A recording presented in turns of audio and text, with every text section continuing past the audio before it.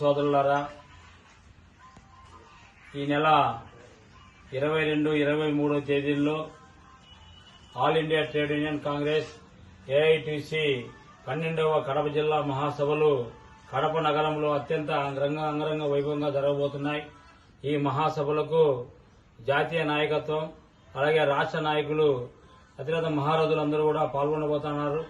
దీనికి అసంఘటితంగా పనిచేస్తున్న ఆటో, హమాలి, భవన నిర్మాణం, పంచాయతీ, మిడ్ డే మీల్స్, మధ్యాహ్న భోజనము, ఆశా, వివిధ రంగాల్లో పనిచేస్తున్న కార్మికులు అందరూ కూడా అధిక సంఖ్యలో పాల్గొని ఈ బద్వేలు నియోజకవర్గంలోని కార్మికులందరూ పెద్ద ఎత్తున పాల్గొనాలని తెలియజేస్తూ ఈరోజు కేంద్రంలో నరేంద్ర మోడీ ప్రభుత్వం, రాష్ట్రంలో కూటమి ప్రభుత్వమైన టీడీపీ, జనసేన కూటమి ప్రభుత్వం ఇటు కార్మికులకు ఏ ఒక్క దాంట్లో కూడా ఒరగబెట్టింది కానీ వెలగబెట్టింది కానీ ఏమి లేదు.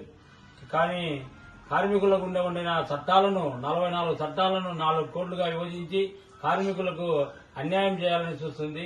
అలాగే పీఎఫ్, ఈఎస్ఐతో గురించి సుప్రీంకోర్టు తీర్పు ఆధారంగా కూడా కనీస వేతనం 26,000 రూపాయలు ఇవ్వాలంటే ఈరోజు కార్మికులకు 10,000, 15,000 చాలని జీతాలతో అస్తవ్యస్తంగా మారిపోతున్నారు. దానికోసమే చెప్పి కడపలో జరిగే మహాసభలలో కేంద్రం పైన ఇటు రాష్ట్రం పైన ఖచ్చితంగా ఒక నివేదిక పంపించే విధంగా ఈ మహాసభలు జరగబోతున్నాయి.